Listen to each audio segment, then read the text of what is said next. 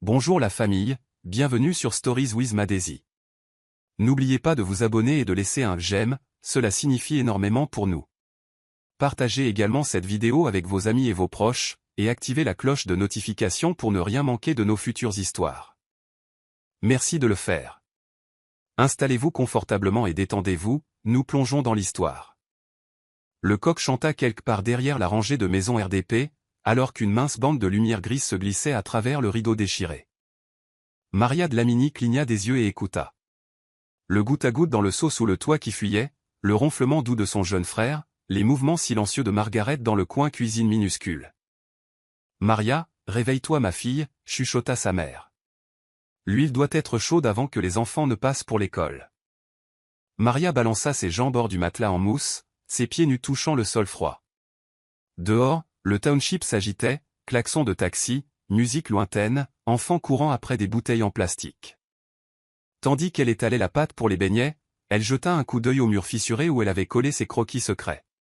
Des dessins simples d'une maison avec un vrai toit, une salle de bain propre à l'intérieur, et une fenêtre pour le lit de sa mère. Après avoir chargé la caisse en plastique de beignets, Maria accompagna Margaret jusqu'au coin de la rue. L'air du petit matin sentait la poussière et l'huile de friture. « Tiens bien l'argent, hein » dit Margaret en resserrant le vieux foulard autour de sa tête.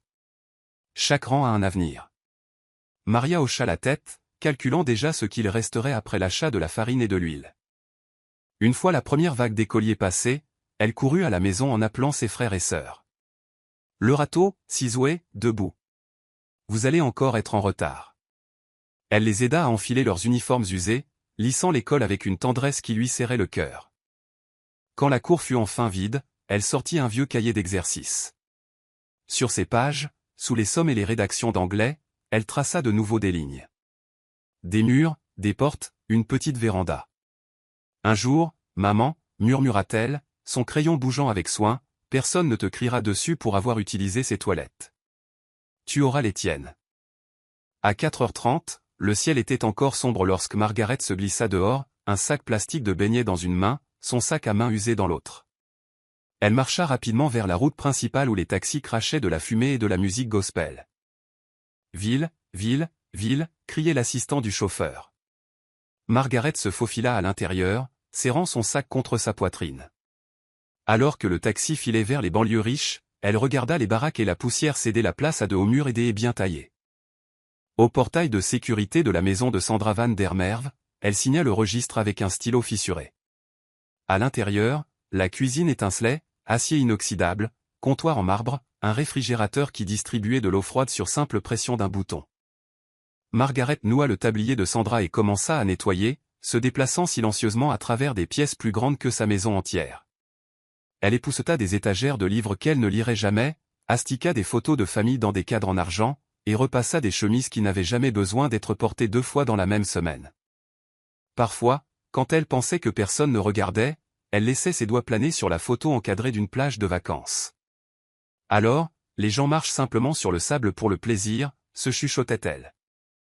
À l'heure du déjeuner, Sandra disait parfois, « Margaret, tu peux manger ce qu'il y a dans le frigo, d'accord ?» Et Margaret hochait la tête, reconnaissante, emballant soigneusement les restes de sandwich pour les ramener chez elle.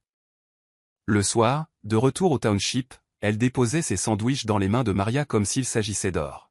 « Maman, tu n'as pas mangé ?» demandait Maria, les yeux brillants. Margaret haussait les épaules.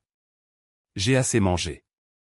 Toi, tu grandis encore. » Plus tard, allongée sur son mince matelas, Margaret fixait le plafond et chuchotait dans l'obscurité, « Dieu, s'il te plaît, donne juste à mes enfants une vie où ils n'ont pas à supplier les murs de tenir debout. » La voix du proviseur résonna lors du rassemblement. Il y a un programme de bourse cette année pour les élèves défavorisés qui souhaitent étudier à l'université. Si vous êtes intéressé, récupérez les formulaires au bureau. Le cœur de Maria s'emballa, puis sombra. Ces choses-là sont pour les enfants qui ont des pistons, marmonna-t-elle à son amie. Mais plus tard, sa professeure d'orientation, Madame Nkosi, l'arrêta à la sortie de la classe. « Maria, pourquoi n'as-tu pas pris de formulaire ?» Maria haussa les épaules. « Madame, ces gens veulent des notes parfaites et un anglais sophistiqué. » Madame Nkosi sourit doucement. « Tu as les notes, et ton anglais est meilleur que tu ne le penses. » Laisse-les dire non en premier. Ne le dis pas à leur place. Cet après-midi-là, elle garda Maria après l'école, l'aidant à remplir les formulaires, expliquant les questions difficiles, insistant sur le fait que son histoire comptait.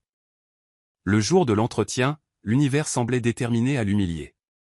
Alors qu'elle quittait la maison, une de ses chaussures d'école s'ouvrit près de la semelle. Et, pas aujourd'hui, halta-t-elle en s'affaissant sur la marche. Margaret s'agenouilla près d'elle avec une aiguille et du fil noir, réparant la chaussure du mieux qu'elle pouvait. Marche doucement, mon enfant, dit-elle, et souviens-toi de qui tu es. Le trajet en taxi parut interminable, chaque secousse rappelant à Maria que la chaussure pouvait la trahir. À l'université, elle passa devant des étudiants aux uniformes repassés et aux chaussures cirées, gardant les yeux baissés. Dans la salle d'entretien, elle oublia sa chaussure à mesure que les questions fusaient. Pourquoi ce cursus? Que ferez-vous de votre diplôme?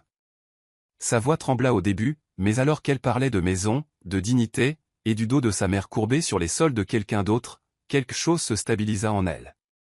Les membres du jury échangèrent des regards. Une femme hocha lentement la tête, griffonnant des notes. Des semaines passèrent sans nouvelles. Maria s'enterra dans ses examens finaux et son travail au marché, repoussant la bourse au fond de son esprit. Un soir, elle rentra chez elle péniblement, les pieds douloureux, l'odeur des beignets frits collant encore à ses vêtements. En entrant dans la cour, elle vit une petite foule devant leur porte. Son estomac se noua. Maman, appela-t-elle en se précipitant. Margaret se tenait au milieu de la pièce, une enveloppe à la main, les doigts tremblants. Les enfants étaient assis sur le lit, les yeux écarquillés. L'unique ampoule au plafond vacillait, projetant des ombres sur les murs écaillés. « Ouvre-la, Maria » chuchota Margaret, la voix à peine audible. « Ça vient de l'université. » Les mains de Maria tremblèrent en déchirant l'enveloppe. Ses yeux scannèrent la page une fois, deux fois, avant que les mots ne prennent vraiment sens. « Nous avons le plaisir de vous informer. » Ses genoux cédèrent et elle s'assit lourdement sur la chaise. « Maman, » s'étrangla-t-elle, ils m'ont donné la bourse. Ils vont payer mes études et mon logement. Margaret se mit à pleurer, couvrant sa bouche de sa main. Dieu s'est souvenu de nous, répétait-elle sans cesse alors que les voisins se pressaient dans le petit espace, demandant ce qui s'était passé. Quelqu'un courut acheter du soda bon marché. Un autre apporta un paquet de biscuits. Pour cette nuit-là, le township sembla plus léger. Plus tard, quand le bruit fut retombé, Maria resta éveillée, fixant le plafond. Elle s'imaginait dans un amphithéâtre, tenant de vrais plans sur du papier craquant. Dans son esprit, elle voyait une maison s'élever de la poussière, non pas dans la cour de quelqu'un d'autre, mais sur une terre où le nom de sa mère ne serait jamais insulté. « Je ne gâcherai pas cette chance », chuchota-t-elle dans l'obscurité. Le jour où Maria partit pour Johannesburg, elle eut l'impression de quitter sa peau d'enfant. La famille se tenait à la station de taxi, une valise empruntée à ses pieds, des sacs en plastique soigneusement noués. Margaret ajustait son col. « Tu as ta lettre d'admission? Ta carte d'identité? » Ces gens de la résidence ne plaisantent pas, Maria rit nerveusement. « Oui, maman. Tu as déjà vérifié 3 fois. » Quand le taxi longue distance klaxonna enfin, elle serra fort ses frères et sœurs dans ses bras. « Écoutez maman. Le râteau, aide pour la vaisselle. Sizway, pas de bagarre. » Margaret la serra en dernier, une étreinte longue et désespérée. « Souviens-toi, tu n'es inférieur à personne là-bas, murmura-t-elle, même si leurs parents conduisent de grosses voitures. » Le trajet vers la ville fut un flou de paysages changeants, des champs poussiéreux aux immeubles et centres commerciaux. Sur le campus, tout semblait plus grand qu'elle. De hauts bâtiments, des étudiants avec des sacs à dos de marque et des téléphones étincelants. Elle emménagea dans une minuscule arrière-salle qu'elle partageait avec 2 autres filles, toutes 2 issues de familles un peu plus aisées. Leurs vêtements sentaient l'assouplissant, les siens, le savon de ménage et la poussière. Cette première nuit, le délestage frappa. « Yo, pas encore », gémit une colocataire en jetant ses notes de côté. Maria, habituée aux ampoules vacillantes et aux bougies, alluma calmement une petite chandelle que sa mère avait emballée. Elle étala ses notes sur le lit. « Tu étudies encore ?» demanda l'autre fille, surprise. Maria sourit. L'examen se fiche de savoir si la lumière s'est éteinte. Elle parcourait de longues distances à pied. Quand son allocation de transport était épuisée, ses pieds étaient couverts d'ampoules, mais sa détermination restait intacte. Dans les amphithéâtres, elle se sentait déplacée parmi les ordinateurs portables et les tablettes, griffonnant furieusement dans son carnet, chuchotant « Accroche-toi, Maria, accroche-toi juste ». Tandis que Maria s'adaptait à la vie de campus, les journées de Margaret continuaient à leur rythme silencieux chez Sandra Van der Merwe. Le contraste entre les deux mondes s'aiguisait. Chez Sandra, Margaret glissait sur des sols en marbre poli, arrangeant soigneusement les coussins sur un canapé crème moelleux. Elle regardait les nouvelles sur un grand écran plat tout en époussetant, voyant les enfants d'autres personnes obtenir leur diplôme à l'étranger, signer des contrats d'affaires. Parfois, Sandra s'arrêtait dans l'embrasure de la porte. « Margaret, votre fille, comment s'en sort-elle au campus ?» demandait-elle en offrant un verre de jus. « Elle est forte, madame », répondait Margaret, la fierté réchauffant ses yeux fatigués. Elle sait pourquoi elle est allée là-bas. Puis elle retournait repasser des chemises qui n'avaient jamais besoin d'être portées effilochées au poignet. À Johannesburg, Maria cuisinait sur une unique plaque chauffante dans une chambre exiguë qui sentait l'huile de cuisson et le défrisant. 3 filles partageaient une seule prise, faisant tourner les tours pour charger leur téléphone. La nuit, le bruit de la circulation et la musique lointaine s'infiltraient à travers les murs fins. Au téléphone, les 2 femmes mentaient un peu. « Ça va, maman ?» demandait Maria. « Je vais bien », disait Margaret, cachant la douleur dans ses genoux. « Ces gens me traitent bien. »« Tu as mangé ?» Maria fixait sa casserole presque vide. « Oui, maman. » « La nourriture de la cantine est parfois trop abondante », plaisantait-elle. Elles prétendaient toutes deux, par amour, que tout était plus facile que ça ne l'était vraiment. Après avoir raccroché, Maria s'asseyait au bord de son lit, fixant ses notes. « Je dois faire en sorte que ça compte », chuchotait-elle, pour nous deux. Lors de sa 3e année, Maria obtint un stage dans une entreprise de construction de taille moyenne en ville. Le premier jour, elle se tenait maladroitement au bord d'un chantier poussiéreux, serrant un porte-bloc alors que des hommes en casque de chantier criaient des instructions et que des brouettes passaient avec fracas. Le chef de chantier la présenta rapidement. « Voici Maria, l'étudiante. Elle est là pour apprendre, pas pour vous ralentir. » Quelques ouvriers ricanèrent, doutant de ce qu'une fille mince dans des bottes de sécurité empruntées pourrait faire. Maria déglutit, les joues brûlantes, et se concentra sur le mètre-ruban dans ses mains. Elle parcourut le chantier avec soin, revérifiant les dimensions, notant les écarts, refusant d'être négligente juste pour avoir l'air sûre d'elle. C'est là qu'elle entendit sa voix pour la première fois.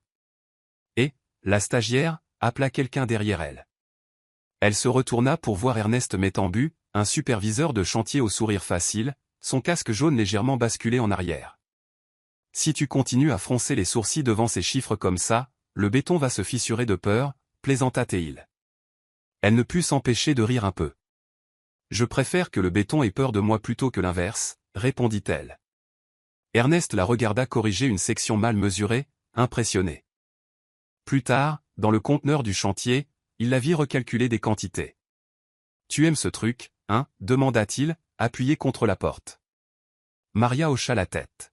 « Les chiffres ne mentent pas. »« Les gens, si. » Ernest haussa un sourcil, intrigué. Leurs conversations restèrent légères au début, sur le chantier, l'université, mais quelque chose dans sa façon d'écouter lui fit baisser sa garde peu à peu.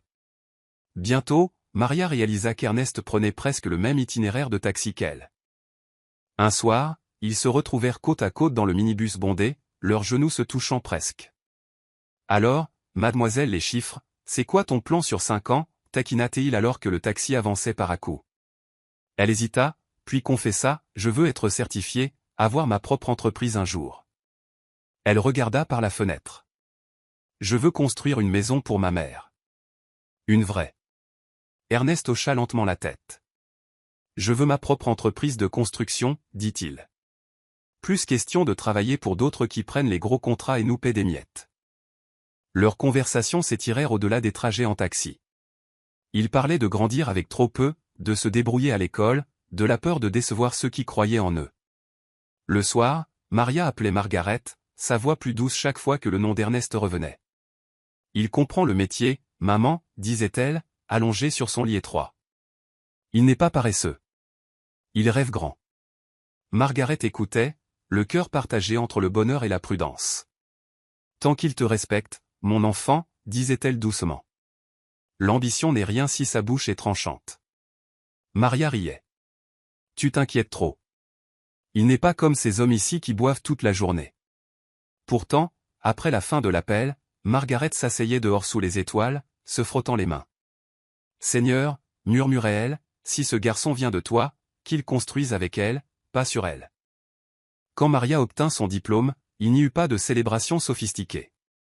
Elle prit des photos dans sa toge, qu'elle avait louée, puis la rendit et se précipita dans sa petite chambre pour faire ses bagages. L'entreprise de construction ne pouvait pas l'embaucher définitivement. Les budgets étaient serrés, disait-il. Elle sourit et les remercia pour l'expérience, puis rentra chez elle et pleura dans son oreiller. Ernest la trouva là plus tard, les yeux gonflés. « Et, dit-il doucement, tu crois qu'un bout de papier décide de ton avenir ?» Il s'assit près d'elle et dessina un graphique imaginaire dans l'air. Aujourd'hui c'est bas. Ça remontera. Il l'encouragea à prendre de petites missions en freelance, aidant de petits constructeurs à chiffrer leurs projets, faisant des mesures pour des gens qui ne pouvaient pas s'offrir de grandes entreprises. « Tu as les compétences, Maria, tu as juste besoin de clients, insistait-il. Alors elle se démena. Elle frappa au portail, distribua des prospectus imprimés bon marché et répondit aux appels à des heures pas possibles. Elle mesurait des terrains sous le soleil brûlant, étant parfois payée en retard ou moins que promis. Sur son ordinateur portable d'occasion, elle construisait des tableurs détaillés qui impressionnaient ceux qui l'avaient initialement sous-estimé. L'argent était irrégulier, mais chaque fois que du liquide rentrait, elle le divisait soigneusement. Une part pour Margaret, une part pour le loyer et la nourriture, et une petite ligne secrète intitulée « Maison » dans son vieux carnet. « Tu économises toujours », plaisanta Ernest une fois, la regardant compter les billets. « Et profiter de la vie ?» Maria sourit avec fatigue. « Un jour, quand maman ne nettoiera plus les toilettes de quelqu'un d'autre, je profiterai de la vie. Pour l'instant, je construis. » De retour dans les banlieues, la santé de Sandra Van der Merwe commença à vaciller. Au début, c'était juste de la fatigue, l'oubli de l'endroit où elle avait mis ses lunettes.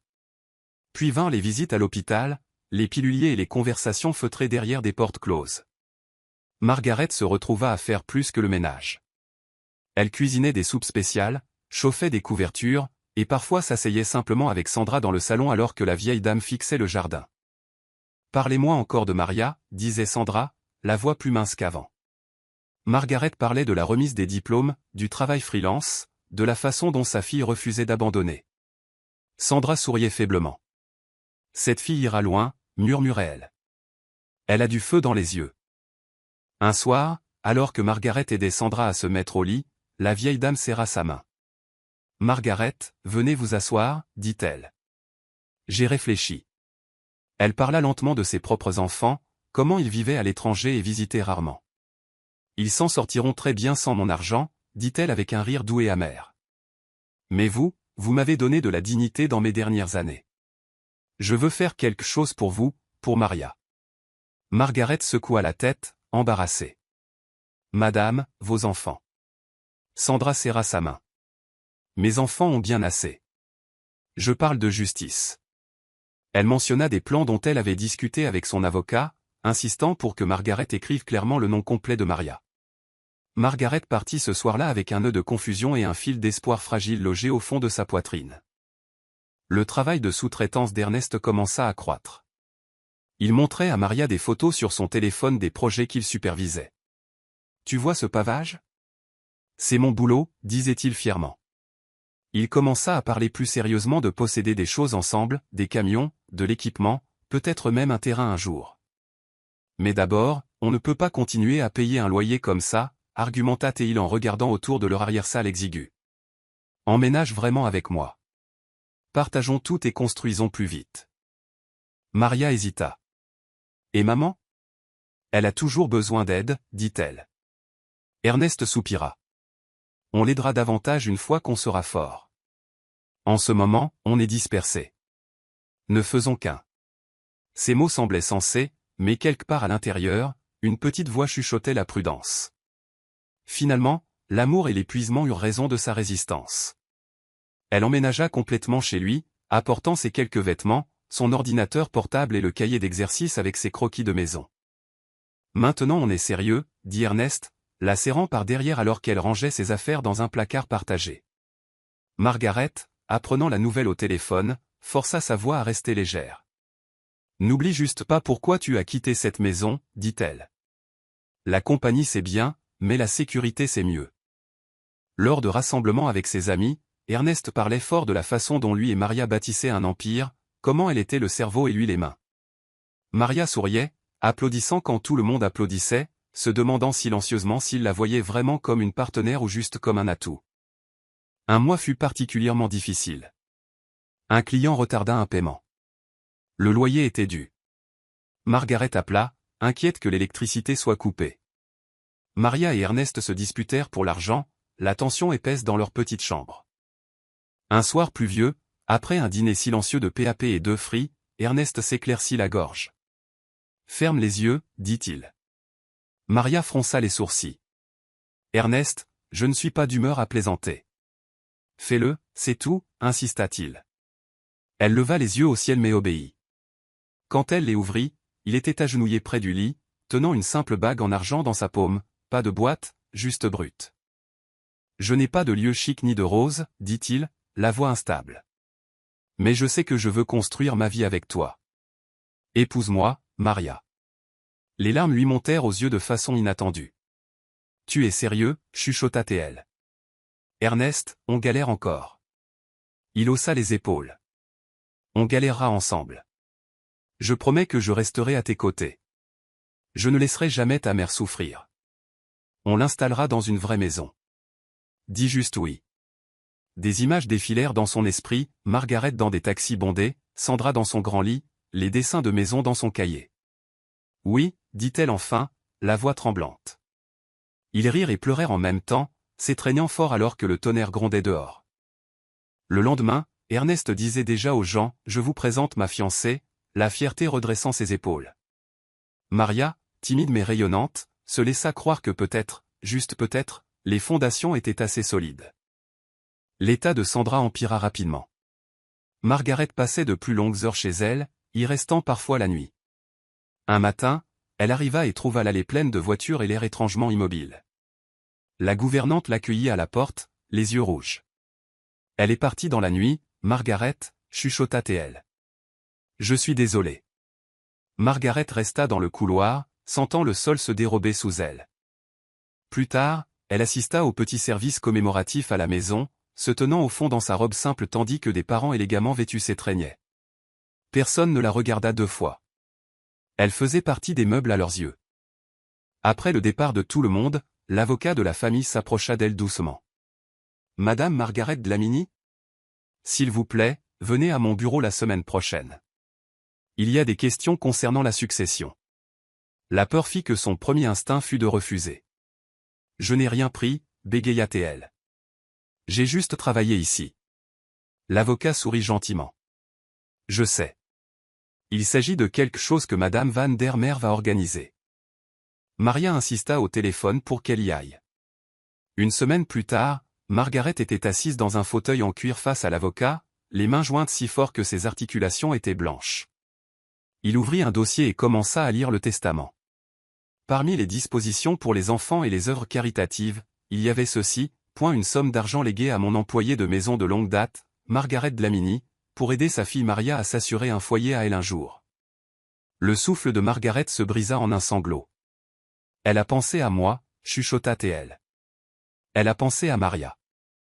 En quittant le bureau, serrant les documents contre elle, elle murmura « Merci, madame. Je ne gâcherai pas ce don. » Margaret voyagea jusqu'à Johannesburg avec la précieuse enveloppe cachée au creux de son soutien-gorge, le cœur battant à chaque fois que le taxi heurtait un nid de poule. Lorsqu'elle arriva dans la chambre de Maria, elle l'étreignit si fort que Maria éclata de rire. « Maman, tu vas me casser les côtes ?» plaisanta-t-elle. Elles s'assirent sur le petit lit et Margaret étala lentement l'argent et les documents bancaires entre elles, comme si elle disposait des objets sacrés. « Sandra a laissé ça pour nous, dit-elle, la voix tremblante. Elle a dit que c'était pour que tu aies ta propre maison un jour. Pas une location, pas une arrière-cour, mais une maison à ton nom. » Les yeux de Maria s'écarquillèrent. « Tout ça ? » chuchota-t-elle. « Maman, c'est trop. » Margaret secoua la tête. « Ce n'est pas trop, c'est ce qui t'est dû depuis longtemps. » Puis, le ton de Margaret devint ferme. Écoute-moi bien. Cet argent servira à commencer une maison à ton nom. Le nom que je t'ai donné, Maria non Sadlamini. Ne le change pas sur les papiers. Ne le mélange avec le nom d'aucun homme. Je me fiche de la façon dont il t'aime aujourd'hui. J'ai vu des cœurs changer. Maria rit, couvrant son visage. Oh, maman, tu es dramatique. Ernest n'est pas comme ça. Le regard de Margaret se durcit légèrement. Tous les hommes sont bons jusqu'à ce qu'ils soient mis à l'épreuve. Promets-le-moi juste. Maria soupira. D'accord, d'accord, je te le promets. Nous enregistrerons tout sous mon nom de jeune fille. Contente? Margaret expira, la tension quittant ses épaules. Bien. Un jour, tu me remercieras. Maria l'embrassa sur la joue. Je te remercie déjà. Toi et Sandra faites marcher mes rêves. Avec l'argent de Sandra comme fondation, Maria et Ernest commencèrent à chercher un terrain. Ils passaient leur samedi dans des minibus en direction de nouveaux développements à la périphérie de la ville, là où les routes n'étaient encore que poussière et où les lampadaires n'existaient que sur les brochures. Un agent immobilier regarda à peine Maria lorsqu'ils arrivèrent. Alors, monsieur Métambu, ce lot est parfait pour vous, dit-il en désignant grandiloquemment un morceau de terre envahi par la végétation. Maria s'éclaircit la gorge. C'est moi l'acheteuse, dit-elle calmement. Peut-on parler du zonage et des services? L'agent cligna des yeux, puis bafouilla alors qu'elle le criblait de questions précises. Quid des eaux pluviales? Des restrictions du titre de propriété? De la proximité des futures écoles? Lentement, le respect remplaça son dédain initial. Ils tombèrent amoureux de la parcelle 112, un rectangle poussiéreux légèrement en pente avec une vue lointaine sur la silhouette de la ville.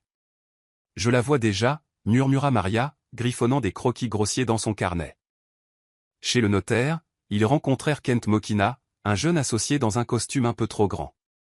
Nous devons enregistrer la parcelle, dit-il en tapotant le formulaire. Cela doit correspondre au nom figurant sur les fonds et la pièce d'identité, Maria non Sadlamini. Ernest fronça les sourcils. On ne peut pas mettre mon nom de famille quelque part? Kent secoua la tête. L'héritage a été transmis à Margaret pour Maria. Légalement, cet actif doit refléter son nom actuel. Cela garde les choses claires.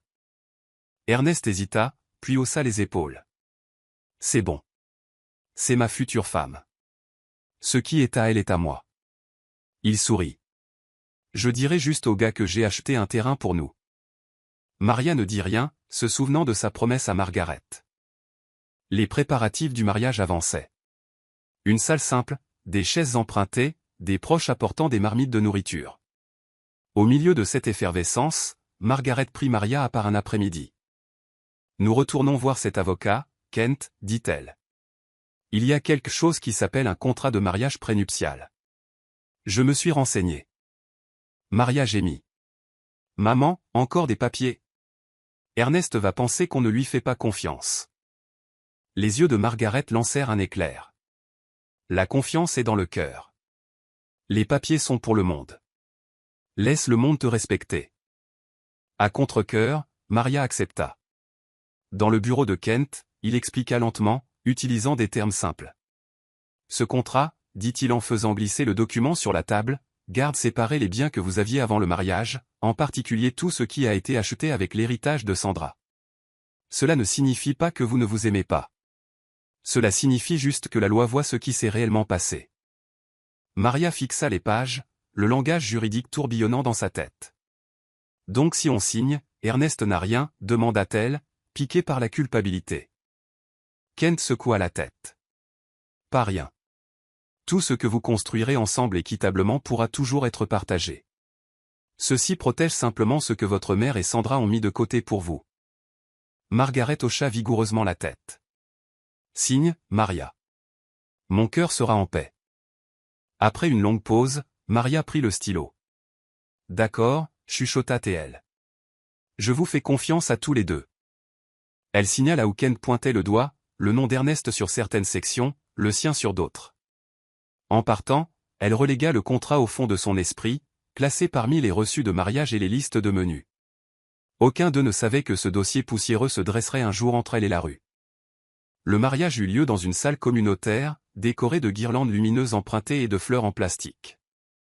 La robe de Maria était simple mais élégante, retouchée par une voisine qui savait faire des miracles avec du tissu.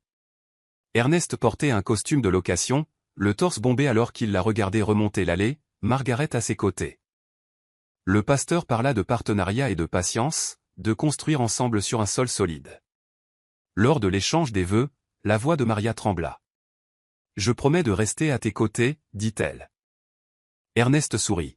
« Je promets de pourvoir aux besoins et de protéger, répondit-il avec assurance. Leurs amis applaudirent alors qu'ils s'embrassaient. Pour un instant, toute la poussière et les soucis de leur vie semblèrent se dissoudre dans la joie. À la réception, la famille d'Ernest arriva en nombre, remplissant les tables de rires bruyants et de regards perçants. Alors qu'ils dansaient, une cousine se pencha pour chuchoter, « Alors, quand est-ce que tu changes ce nom de village, Sisi ?»« Dlamini, Dlamini. Maintenant tu es une vraie Métambu. » Maria sourit poliment. « On verra, dit-elle. » Une autre tante plaisanta bruyamment, « Il faut qu'on voie bientôt cette maison au nom d'Ernest. » Les rires fusèrent autour de la table. Margaret observait depuis un coin, les mains serrées. Elle croisa le regard de Maria et secoua simplement la tête, un rappel silencieux.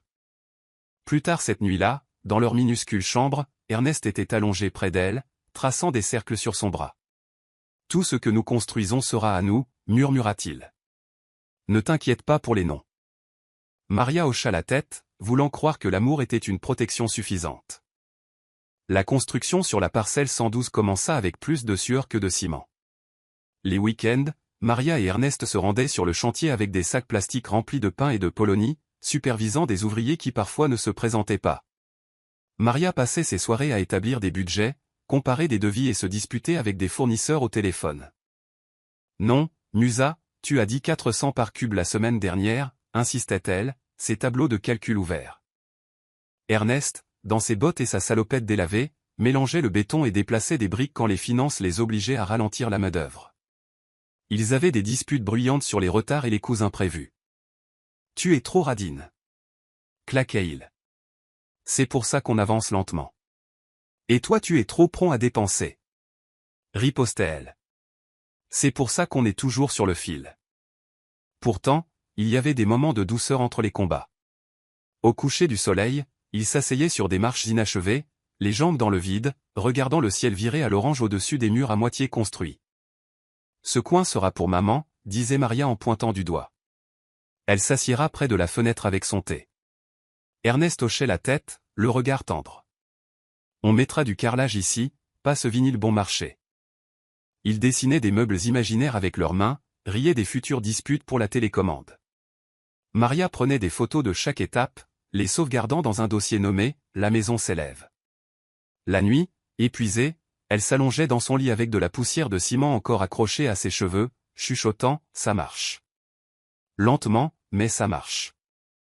Elle ne se doutait pas que les mêmes briques qu'elle comptait seraient un jour comptées contre elle dans des documents judiciaires. Alors que les mois se transformaient en années, la réputation de Maria en tant que maîtreuse rigoureuse se répandit discrètement parmi les petits entrepreneurs. Elle commença à recevoir plus d'appels, son calendrier se remplissant de visites de chantier. Avec chaque paiement, elle s'en tenait à son système, soutien familial, frais de vie, et la ligne marquée maison. Bientôt, il y eut assez pour envisager une expansion. « Il y a un autre terrain disponible près de chez nous, » dit Ernest un jour en agitant un flyer. « Si on ne le prend pas maintenant, quelqu'un d'autre le fera. » Maria hésita. « On paie encore pour cette maison, » dit-elle. Ernest roula des yeux. « C'est pour ça qu'il faut voir grand. C'est comme ça que la richesse commence. » Après maintes discussions, ils approchèrent de nouveau Kent, qui géra l'enregistrement. Une fois de plus, le nom sur l'acte était Maria Nonsa Dlamini, par souci de cohérence et de clarté juridique. Ils décidèrent aussi de financer une voiture modeste, une petite berline d'occasion qui toussait un peu mais roulait fidèlement. Ernest s'en empara avec avidité, l'utilisant pour des travaux supplémentaires et occasionnellement pour rendre visite à Margaret avec moins de stress. Devant ses amis, cependant, son langage changea. « J'ai mis ma femme à l'abri avec 2 propriétés et une voiture », se vantait-il lors des barbecues, entrechoquant les bouteilles de bière. « Je ne joue pas avec ma famille. » Les hommes hochaient la tête, impressionnés. Les femmes regardaient Maria avec un mélange d'envie et de respect. Maria souriait maladroitement, voulant le corriger mais ravalant ses mots. Est-ce que ça compte qui a payé? Si nous sommes ensemble, se disait-elle la nuit. Nous construisons le même avenir. Pourtant, un petit nœud d'inquiétude commençait à se former dans son estomac chaque fois qu'elle l'entendait dire ma maison avec tant de possessivité dans la voix. Plus l'entreprise de sous-traitance d'Ernest grandissait, plus il changeait. Il améliora sa garde-robe, nouvelle chemise, chaussures brillantes, une montre qui scintillait au soleil. La présentation compte, disait-il en lissant son col avant les réunions. Il commença à passer plus de soirées à réseauter dans des lounges et des restaurants que Maria n'avait vus qu'à la télé. Quand elle suggérait de le rejoindre occasionnellement, il fronçait les sourcils. Ces endroits sont pour les clients, pas pour se détendre. Et puis, tu n'aimes même pas les talons. Lentement, ses compliments sur sa simplicité se transformèrent en plaintes. Tu portes encore ces vieilles jupes, demanda-t-il un matin, l'œil critique. Les gens vont penser que je ne prends pas soin de toi. Maria baissa les yeux sur ses vêtements propres mais modestes, rougissant. On paie encore pour des briques, Ernest, lui rappela-t-elle doucement. On ne peut pas acheter des vêtements et du carrelage en même temps. Les réunions de famille devinrent plus inconfortables. Ses sœurs et cousines commencèrent à appeler la parcelle 112 la maison d'Ernest. Tu te la coules douce, Sisi, rit une sœur alors que Maria faisait la vaisselle après un déjeuner de famille. Notre frère a vraiment bien fait les choses pour toi. Maria se força à sourire. Nous avons bien fait les choses ensemble, dit-elle doucement. Sa belle-sœur haussa les épaules. De toute façon, tout le monde sait à qui appartient une maison quand l'homme est vivant.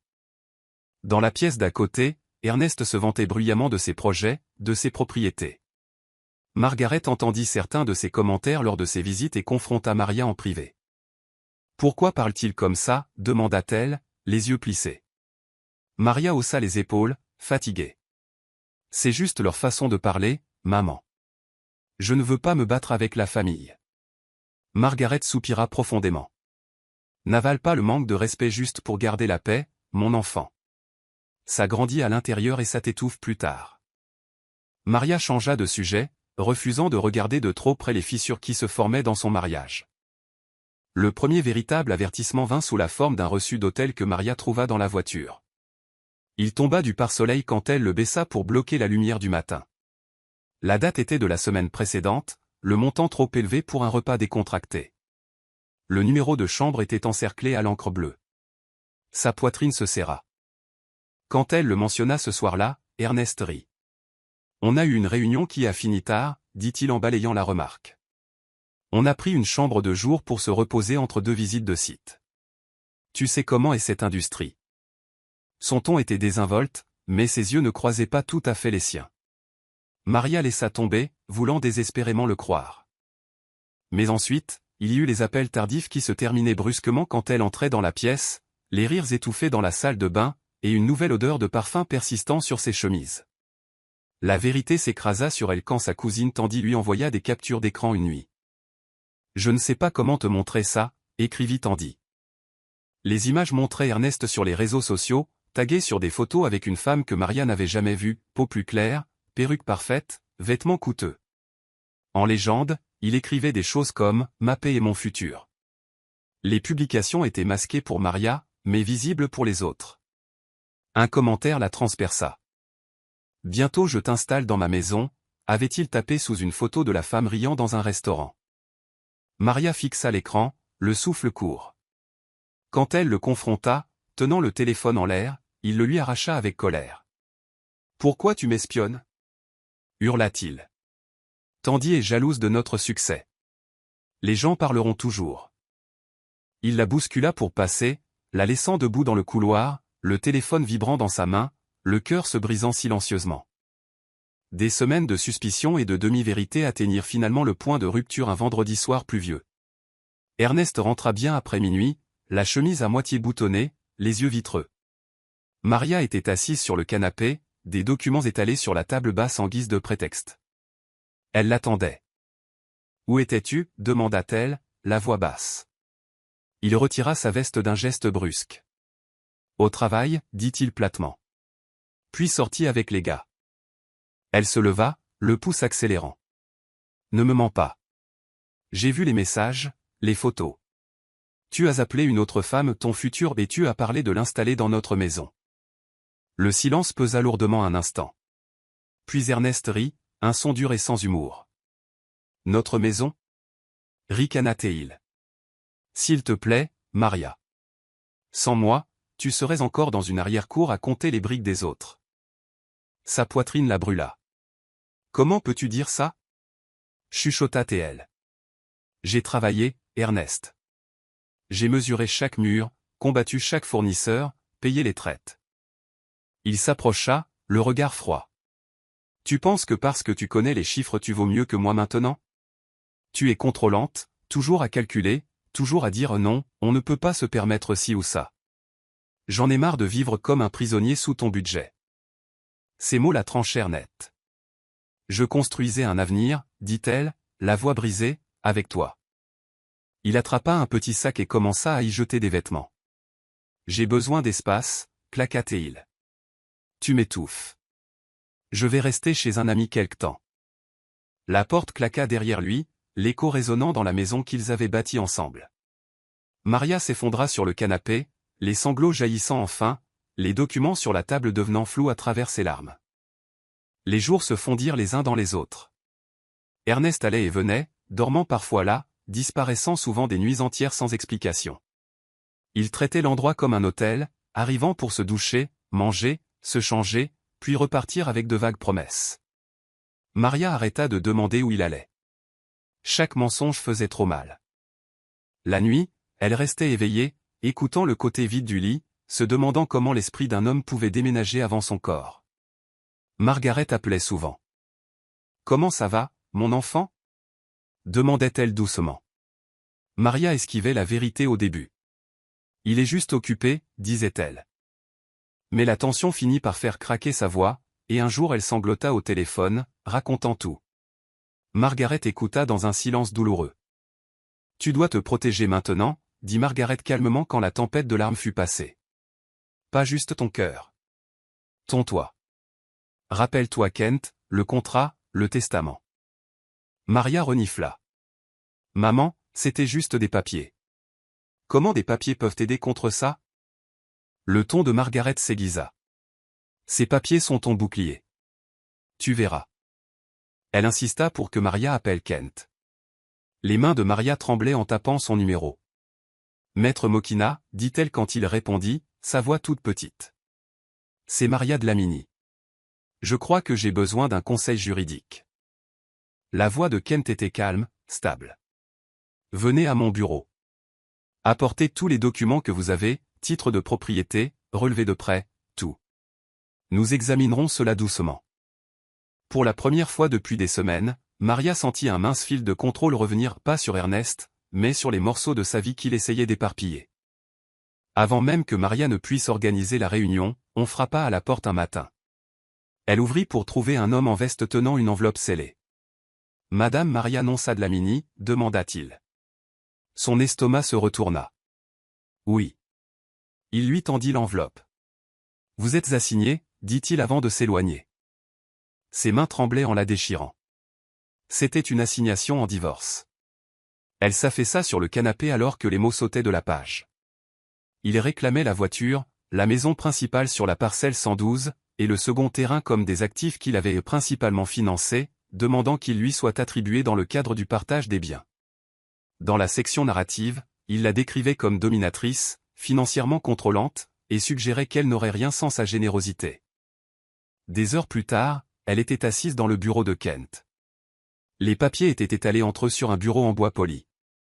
Kent lut en silence, le front plissé.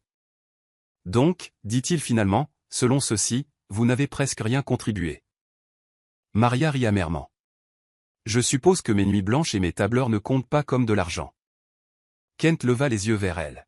« Il compte pour un bon tribunal, » dit-il fermement. « Mais plus important encore, ces revendications ignorent d'où venait le dépôt initial et comment les titres ont été enregistrés. » Il tira un carnet plus près. « Nous allons répondre. » Calmement. Avec des preuves. Maria déglutit difficilement. « Il veut la maison, la voiture, la terre, » chuchota-t-elle. « Tout ce qui garde ma mère hors de la rue. » Le regard de Kent se durcit. Alors nous montrerons au juge quel nom la rue reconnaît réellement. Kent demanda à Maria d'apporter chaque bout de papier qu'elle possédait. Accord de prêt, titre, relevé bancaire, le contrat de mariage, et tout ce qui concernait l'héritage de Sandra. Pendant des jours, Maria fouilla dans les tiroirs, les boîtes et les classeurs, empilant les documents dans un sac à dos usé. Dans le bureau de Kent, ils étalèrent tout sur la table comme des pièces de puzzle. Ils examinèrent d'abord les titres de propriété, hochant la tête en voyant le même nom répété, Maria non Sadlamini. Cette cohérence est bonne, murmura-t-il. Puis il sortit le contrat de mariage, feuilletant jusqu'à des clauses spécifiques. Ici, dit-il en tapotant le papier. Cette section exclut tout bien dérivé du legs de Madame Sandra Van der Merwe de la communauté de biens. Cela signifie que ce que cet argent a acheté est légalement à vous seul. Maria fronça les sourcils, essayant de digérer les implications. Donc la maison sur la parcelle 112. Commença-t-elle lentement. A commencer avec ce dépôt, finit Kent. C'est crucial.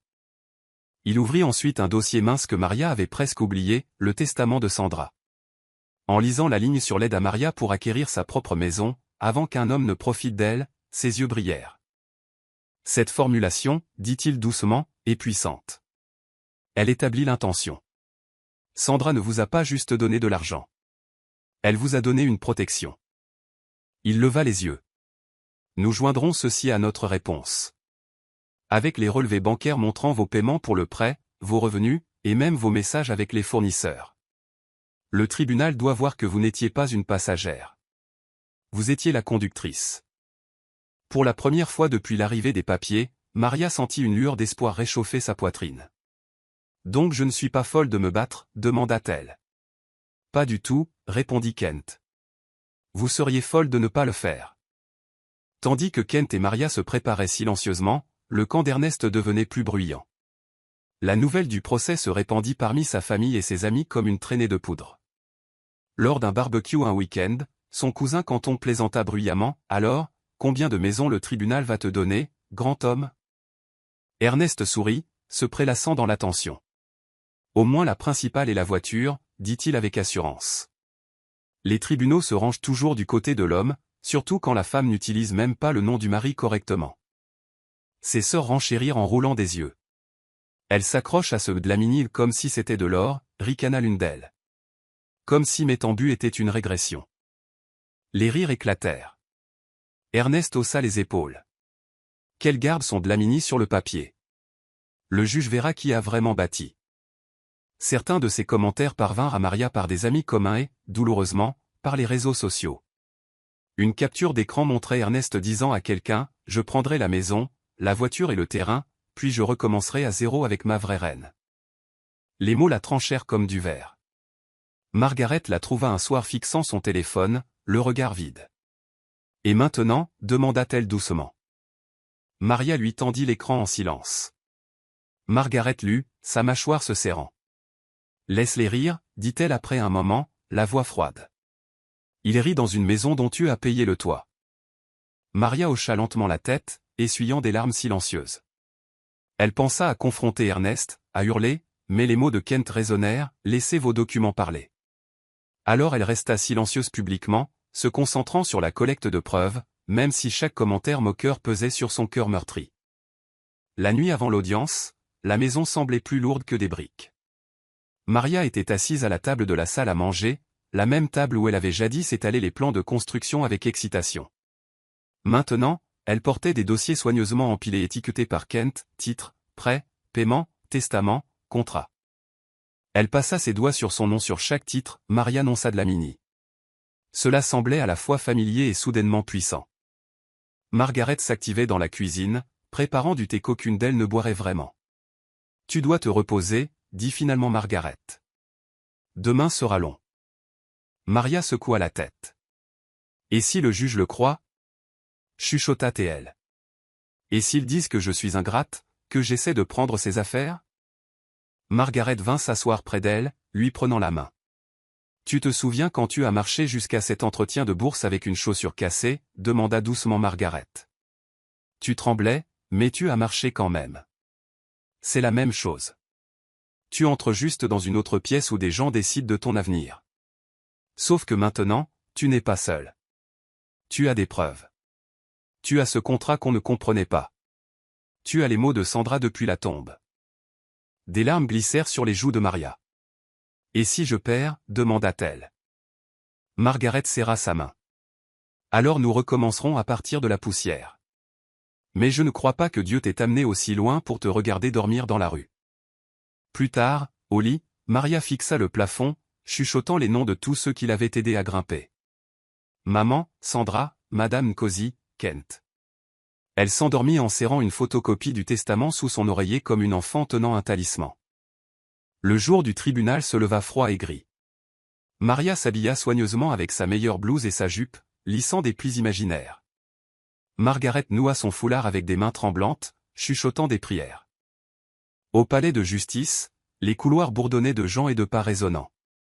Ils trouvèrent Kent attendant près des portes, dossier en main. Respirez, rappela-t-il doucement à Maria. À l'intérieur de la salle d'audience, Ernest était assis de l'autre côté avec son avocat et une grappe de membres de sa famille derrière lui. Il portait un costume élégant, la confiance irradiant de sa posture. Quand Maria entra, leurs yeux se croisèrent brièvement. Son regard était dur, presque moqueur, avant qu'il ne se détourne. Le greffier appela l'affaire. Tout le monde se leva lorsque le juge Ramon Jacobs entra, robe flottante, expression illisible. L'avocat d'Ernest parla en premier, peignant Ernest comme un homme travailleur qui avait sauvé Maria de la pauvreté, financé les propriétés, et demandait maintenant simplement justice. Mon client a été le principal pourvoyeur, argata-t-il. Il a simplement placé les actifs au nom de sa femme par commodité pendant qu'il gérait le travail réel.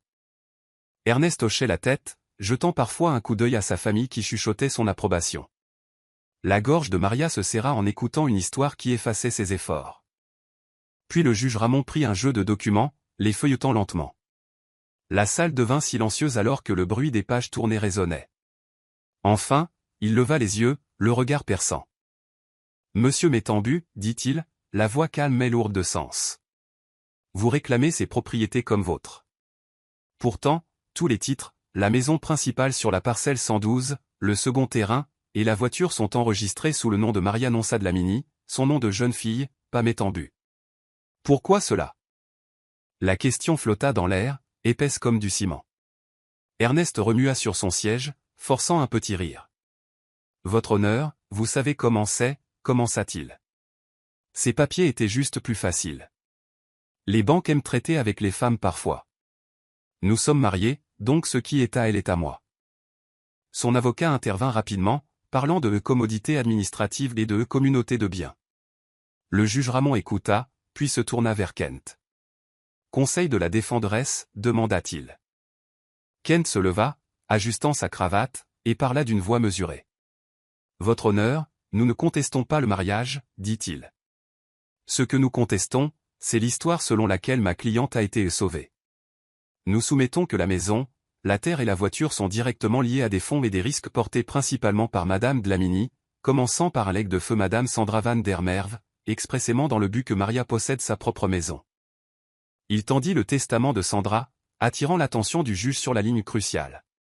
Le juge Ramon la lut à haute voix, point pour aider sa fille Maria à acquérir sa propre maison un jour, avant qu'aucun homme ne profite de sa gentillesse. Un murmure parcourut la salle d'audience. Kent produisit ensuite le contrat de mariage, pointant la clause excluant les actifs dérivés de ce legs du patrimoine commun. Il enchaîna avec les relevés bancaires montrant les paiements de Maria pour le prêt, les accords de prêt ne listant que son nom, et une déposition du notaire confirmant qu'Ernest avait refusé de soumettre ses propres documents, déclarant « C'est ma femme. On n'a pas besoin de mon nom là-dessus ». À mesure que chaque pièce atterrissait, la confiance d'Ernest se vidait de son visage. Le juge Ramon se recula, reliant les points à haute voix. Donc, monsieur Métambu, vous demandez à ce tribunal de vous remettre des biens achetés avec de l'argent laissé pour protéger cette femme de la situation même que vous créez maintenant. Cela, monsieur, ce tribunal ne le fera pas. Le rire d'Ernest mourut entièrement, remplacé par un silence stupéfait. Le verdict final tomba comme un marteau sur la pierre. Le juge Ramon déclara que la maison sur la parcelle 112, le second terrain et la voiture restaient la propriété séparée de Maria Nonsa Dlamini, acquis principalement par ses efforts et un héritage protégé. Il nota la mauvaise foi d'Ernest et lui ordonna d'assumer la responsabilité de dettes commerciales spécifiques qu'il avait tenté de transférer sur le mariage. Les proches d'Ernest restèrent figés, les chuchotements réduits au silence. Quand l'audience fut levée, il sortit en trombe, arrachant son bras à une sœur qui essayait de lui parler. Ses rêves de sortir en grand homme se dissolvaient sur les marches du palais de justice. Maria resta assise un moment, engourdie, alors que Margaret serrait sa main, les larmes ruisselant sur son visage. « Je te l'avais dit », chuchota Margaret d'une voix rauque. « Ton nom est ton armure. » Dans les semaines qui suivirent, la vie ne devint pas magiquement facile, mais elle devint honnête.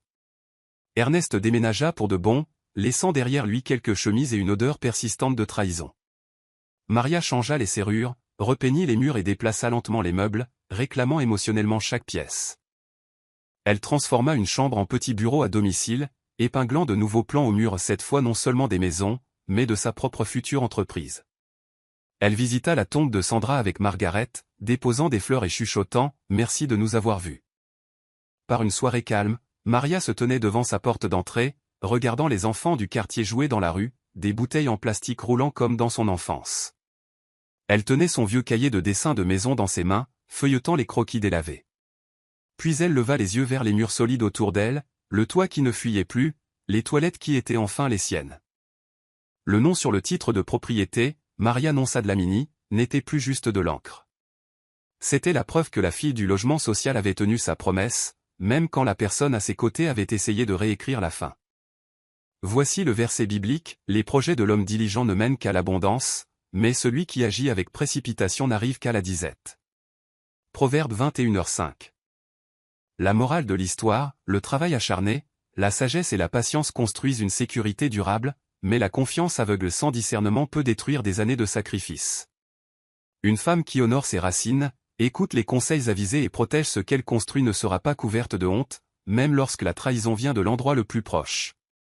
Prière de clôture, Seigneur, donne-nous la sagesse de bâtir avec intelligence, le courage de protéger ce pourquoi nous avons labouré, et la force de nous tenir dans la vérité lorsque nous sommes éprouvés.